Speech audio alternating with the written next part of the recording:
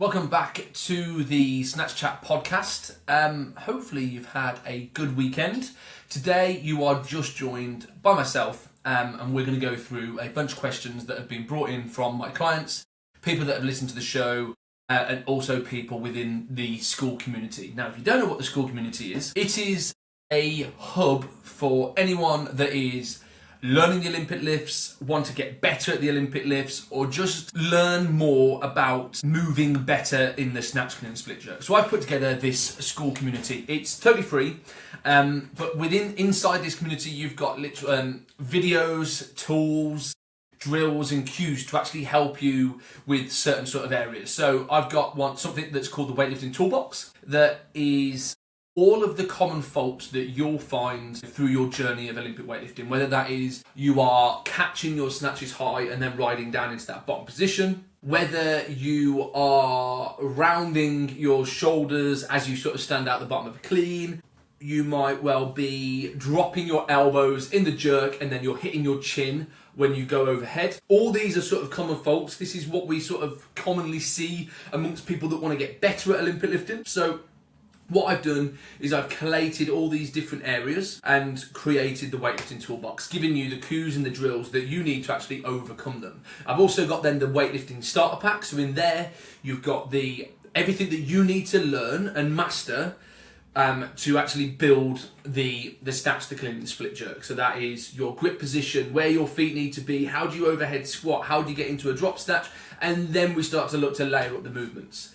So it's totally free. I've actually got the link for this in the comments below. So if you are someone that is learning, aspiring to learn, whether you've got common issues that you want to overcome, or just someone that wants to master their technique and lift better, OptiLift Performance Lab is for you. Yeah, so it's totally free. And why not join and see if you gain any benefit? I'm pretty sure there is going to be a bunch of golden nuggets in there that you can take away that is gonna massively help with your Olympic lifting. Anyways, let's get on with it. So we have got a bunch of questions. Question 1, I've noticed that when I clean heavier weights, my feet jump really wide when I receive the bar.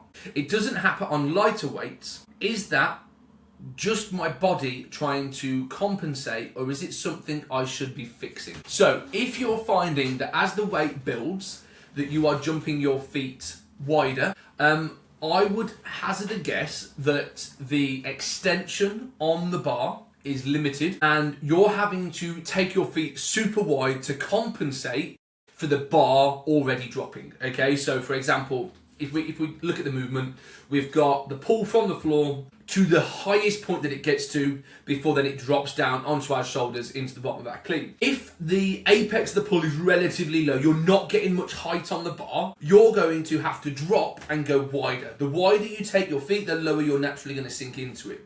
So the biggest thing that I would suggest here is that you need to look at your extension of that movement. Are you cutting your extension short? Is that so for the reason that you're taking your feet so wide? Or is it the fact that you just can't generate much force at the top of that movement to get height on the bar to actually drop into a solid position? Obviously, you can do this at a lighter weight, so what is it that as it builds prevents you from doing so? Movements that you could sort of look at doing here would be things that are going to help you generate force. So using things like high hand cleans or even block cleans, so go from block cleans above the knee, see if you can actually start to work on generating force. I'd even look at doing some sort of like block pulls, so you can pull or lift more than what you can currently clean within that sort of that phase of the movement. So then at least with your pulls, then it's going to be higher than what your clean is, so you can actually look to sort of generate maximal force within that second phase of that movement. So yeah, just above the knee into your extension. They're the things that I would look at doing and trying to generate height on the bar without you sort of like pulling and actually pushing hard through the floor. Number 2, I've recently switched from power jerks to split jerks because I was told it would help me lift more weight, but right now my jerk actually feels worse. Is there usually a period where things get worse before they improve when changing jerk style? Okay, perfect. So it's a really, really good question, isn't it? There's a lot of people that I would see that they would power jerk because in theory the movement looks a little bit easier. Take your feet a little bit wider. It's less technical. The only issue is that the majority of people won't be able to power jerk more weight that they can split jerk, okay? The reason why a split jerk is better, or not better, the reason why people would find, or people would want to look at doing split jerks rather than push jerks, is that because you are splitting your feet, you are dropping underneath that bar, but you've actually got better stability overhead. Now a power jerk or a push jerk, you are dropping a fraction, but you've got a really close grip. So you think of going into an overhead squat with a really close grip. That is going to feel pretty challenging, mobility-wise, stability-wise. So a split alleviates that sort of mobility needed overhead, but you've got a wider area for a wider or a larger area for error. Okay, power jerk, you've got less area for error. When you make a technical change like that, it's going to take a while to sort of get into. Okay, I've got a lifter that she used to split with her left leg back. I made the idea of actually making that change. So it's your right leg back in a jerk. I always want your dominant leg to be back, so her right leg's the dominant leg. Before, her jerk was inconsistent because she was always failing forwards. So taking that back leg back, now, 16 weeks later, has really solidified that overhead. And now a jerk is actually better than a clean. But the first 6 weeks of making that change was like touch and go, whether this was the biggest mistake known to man or whether it was actually going to sort of pay off.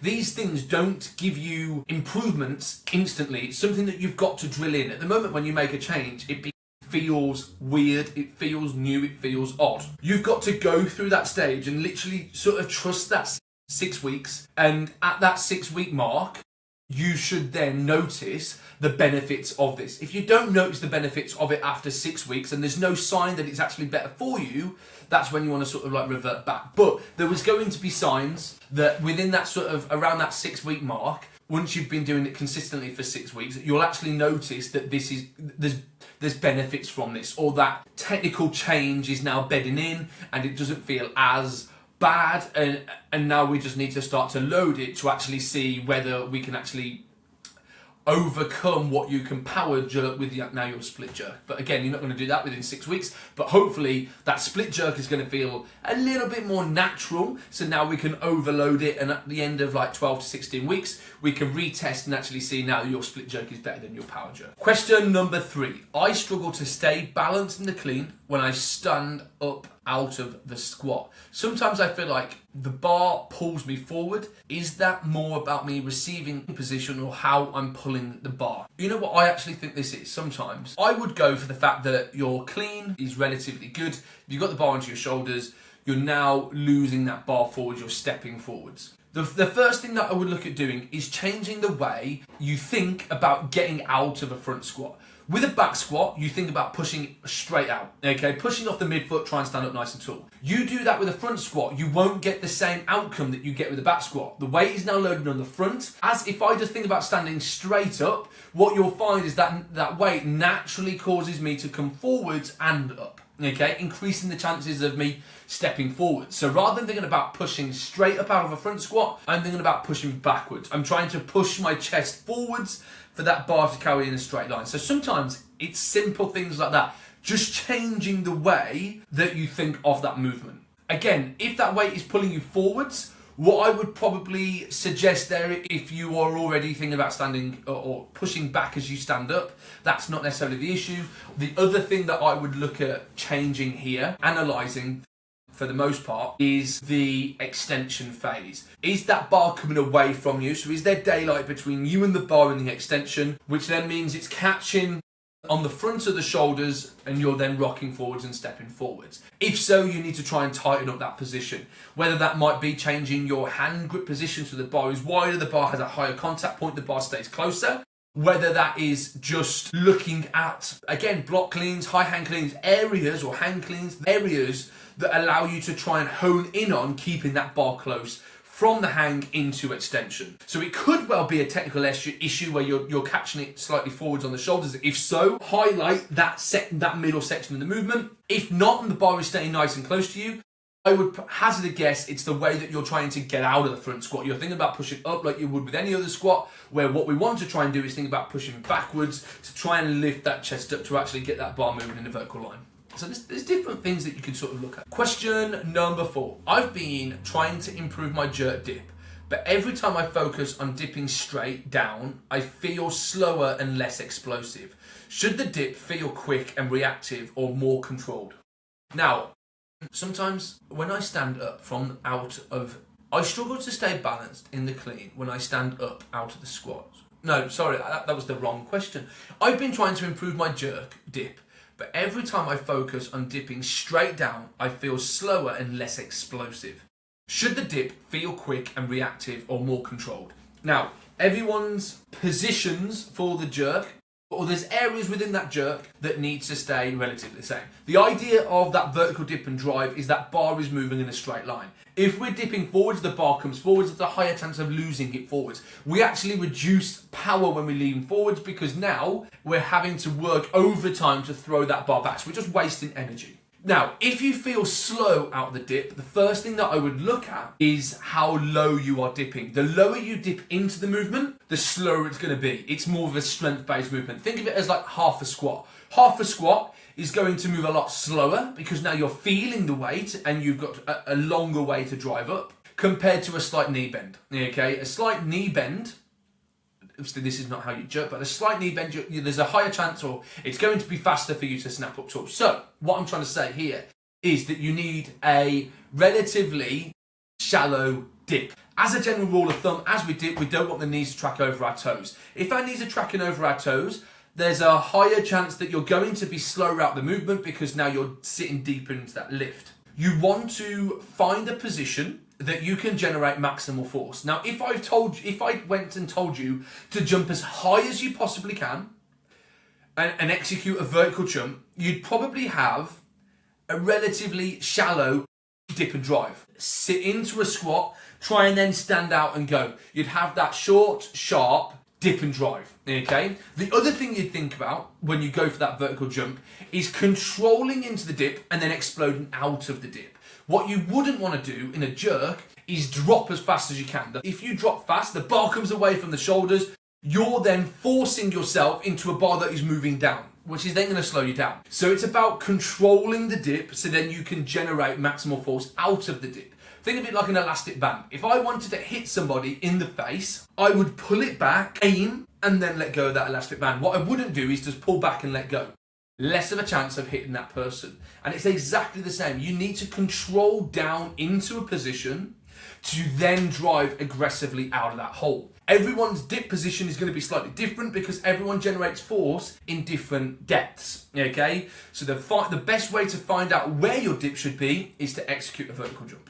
Question number 5. I see some lifters take a really long pause after the clean before the jerk, and others seem to jerk almost straight away. How long should I wait before I go for the jerk? Again, this is going to differ between person and person, okay? There is no right and wrong. No one can tell you there is a right and wrong. The only reason that it is wrong is that you're standing there or you're holding it against your shoulders and you're losing your brace, and then you're actually making it harder to actually jerk that weight. But really, it all depends on that person. Some people are going to have a slightly longer wait between the clean and the jerk, where others will go straight away.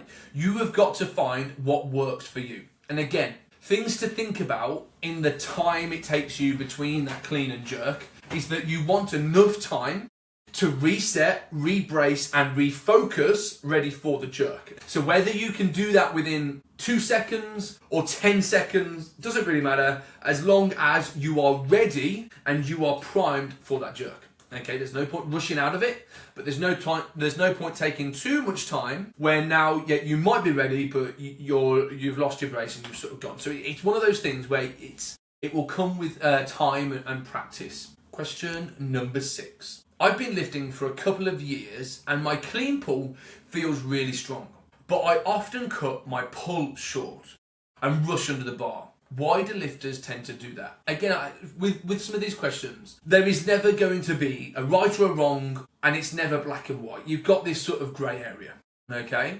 Now, your clean pull feels really, really strong. That's a positive, Okay? Are you clean pulling the same way as you would clean? I would always look for your clean pull to mimic the same positions as your clean. The only difference is you're going to drop in the clean, and in the clean pull, you're just going to hold that extension a fraction longer. So I've been cutting strong. So if you're cutting your extension short, the thing that I would look at here is this a confidence thing? Okay? Are you confident in that movement? Or do you find that your confidence is lacking, which then causes you to rush under the bar?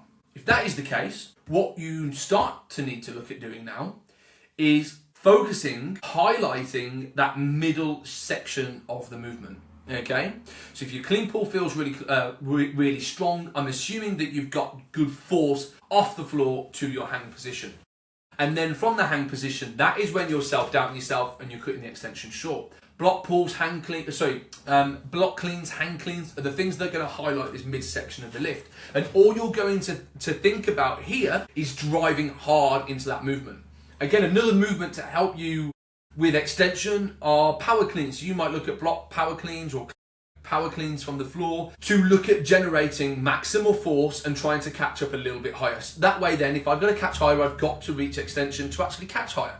So there's different things that you can do to make sure that you are confident within your abilities to actually reach maximal extension. You've got a really good strong pull. That is that's really, really good. Now let's work on having the confidence to take that weight high, okay, or generate maximal force to get that bar moving quite high.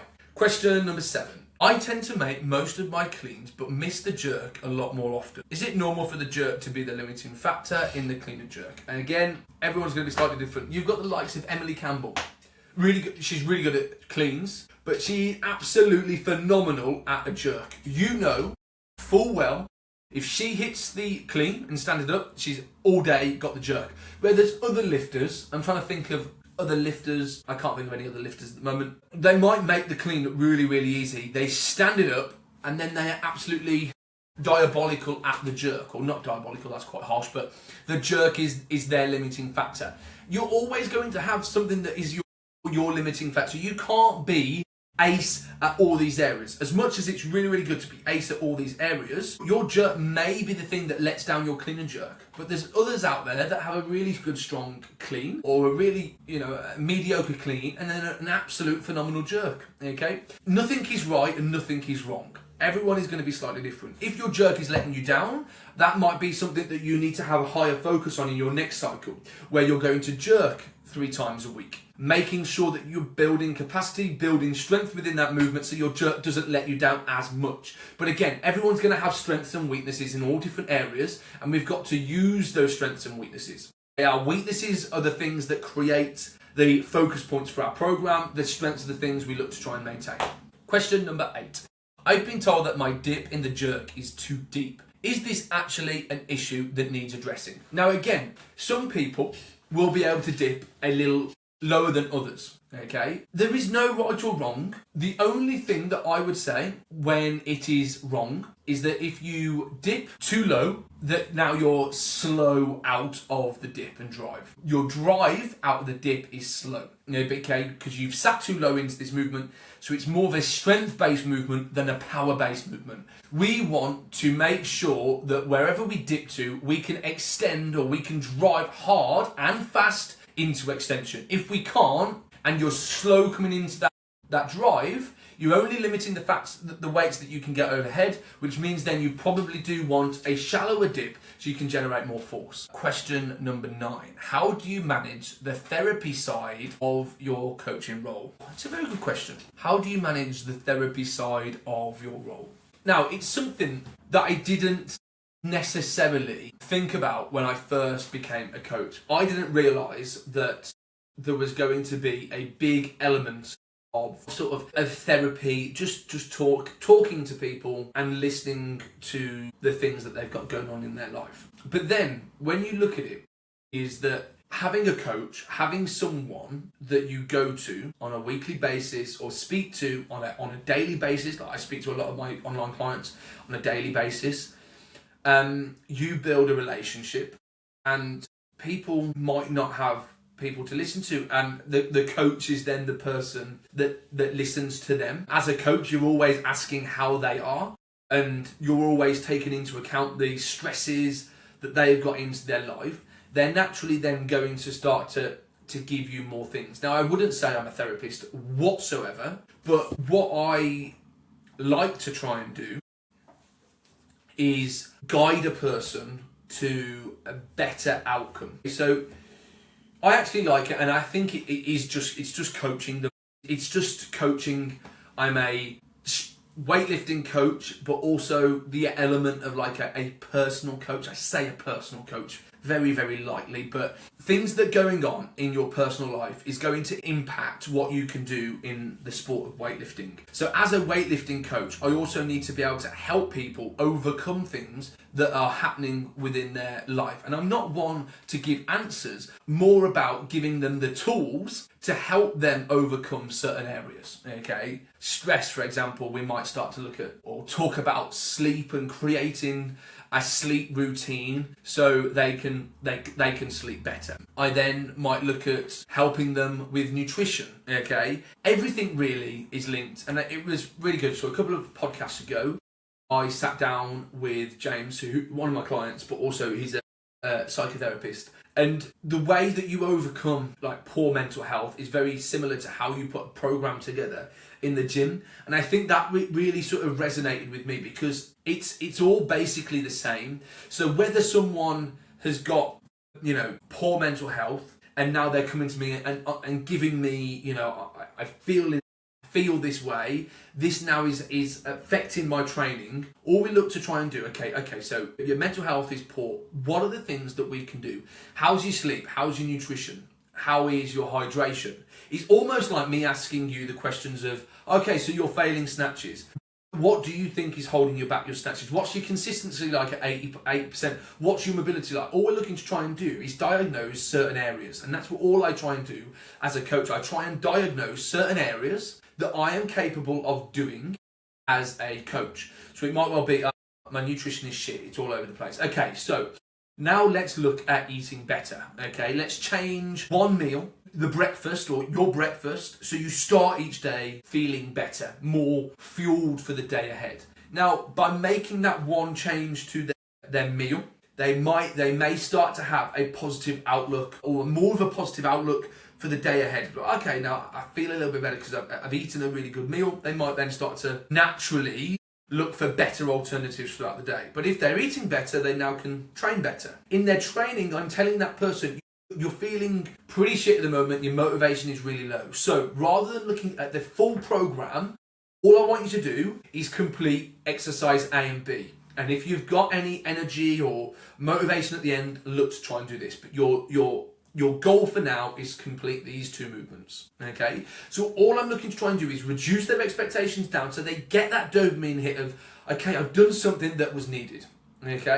Then we can go, okay, so now we're back in the gym and we're doing these 2 sessions. We're now working on that dopamine. We're eating a better breakfast. Now let's start to layer that up to getting it back into a better sleep routine, because your sleep is shit, so you're only sleeping for 4 or 5 hours. So let's look at just what you're doing before you go to bed. So we're going to put our phone down, let's read a book. It might well be that rather than going to bed at 10 o'clock, let's go to bed at 9 o'clock. Okay, what are the things that we can do to actually help you get back into better sleep? Is that meditation before bed, reading the book before bed? Everyone is going to be slightly different. Some people stretch before bed because that allows their body to naturally relax. So there's different things that we can look at, but they all sort of collate back together. So how do you manage the therapy side of your role is exactly how I manage training. I don't see them as two different things. I see this training as the biggest thing that I'm trying to focus on, but all these other areas that sort of sit under it or sit under therapy actually matter to what this training is, and we can't get the best out of training until we've sorted out these other areas of our other areas of life, really. So yeah, I don't see it as like, bloody hell, I didn't sign up to be a therapist. I didn't, but it really, really helps me make sure that the training that a person is doing is actually the best for them. And then the final question number 10. What are the most effective accessory exercises to help you with weightlifting in general? And how often should you be doing them in your program? Now, The simplest way of looking at doing this, I would look at potentially doing 1 to 2 accessory-based movements each session. Movements to look at: push, pull, carry, push, pull, carry, or push, pull, core, and a hinge movement. Okay, so you've got 4 areas to sort of work on. So pushing movements is our pressing movements, whether that's a shoulder press, whether that's a bench press. Pulling movements, think about rows, think about lat pull downs and pull-ups. Trunk-based movements or carry-based movements is sandbag carry, farmer's walk, whether that's a plank, whether that's a Copenhagen, a windmill, a side bend. These are areas that are looking to develop our trunk strength, okay? And then we've got our hinges, GHD back extensions, good mornings, RDLs, etc., etc. And then we've got, I said push, pull, carry, core, hinge, and then we've fifth one, which is our squat. So whether that's split squats, lunges, and other variations of our squats. Obviously, with the biggest accessory movements that we need to make sure in our program are squats and snatch pulls and clean pulls. Okay, they're the 2. So you sort of take those out of those 5 areas. So now we've been left with split squats, lunges, good mornings, Romanian deadlifts, our carries, Copenhagens, planks, etc., etc. Rows or our lat pull downs and pull ups, and then we've got our presses, a shoulder press or a dumbbell press. Now find out or write down a few movements that cover these 5 areas, and all you're looking to try and do is look to do 1 to 2 in each session. I would always go upper lower rather than doing push pull or 2 pulls and 2 presses. It might well be in session, so out of the 3-day program, session 1 is going to be split squats and rows. Session 2 is going to be split squats and rows. We'll have a GHD back extension and a sit dumbbell press. And then we've got, in this 3rd session, I'm going to go for a GHD plank and a pull-up. Okay? And they're my movements. When it comes to what are the most effective accessory exercises, look at those 5 areas. Okay, that's the general crux of it. If I was going to tell you my favourites that I think need to be in there, is definitely a hinge-based movement that looks at improving our posterior chain strength. So GHD back extensions are probably one of my favourite. Adding in things like reverse hypers, Romanian deadlifts, the king of a hinge, can't beat that. If I was looking at squat-based movements that I would look at would be a front foot elevated split squat, a Cossack squat, so moving side to side in that sort of squat movement, Pushes, I'm probably going to be looking at push press, strict press. If I'm looking at pull-based movements, I'm thinking of things such as Pendlay rows, bent over rows, and pull-ups, okay?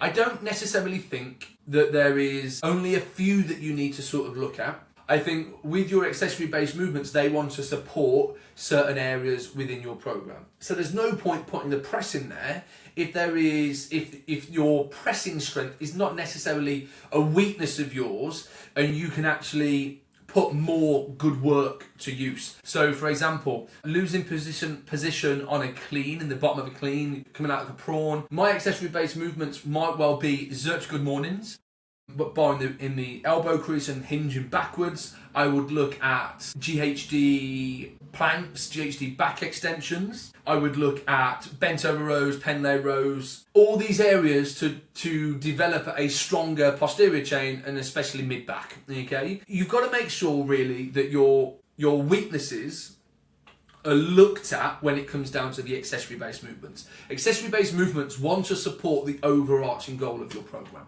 But really, think about the 5 headers. Push, pull, hinge, carry, and squat, and you'll be onto a winner.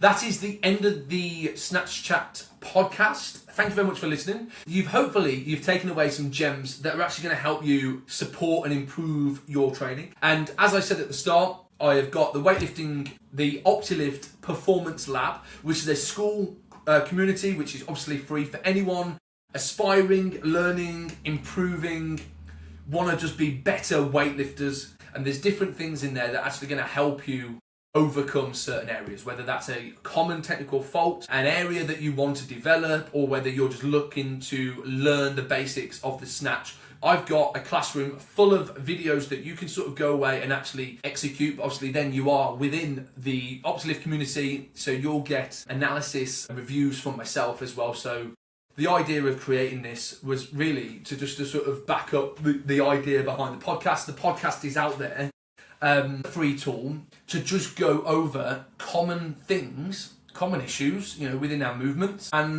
things that a general lifter like ourselves that are going to face. I'm not here putting a podcast together for elite lifters that are training 6, 7, 8 times a week when it's their full-time job.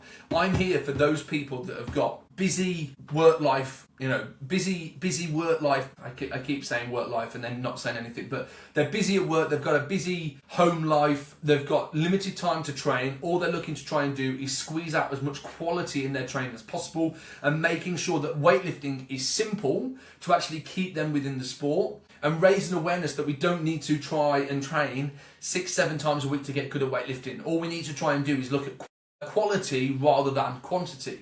And again, this community is all just backed up by that. I've got in there a bunch of cues and drills that you can instantly take away to actually start making improvements with your lifting.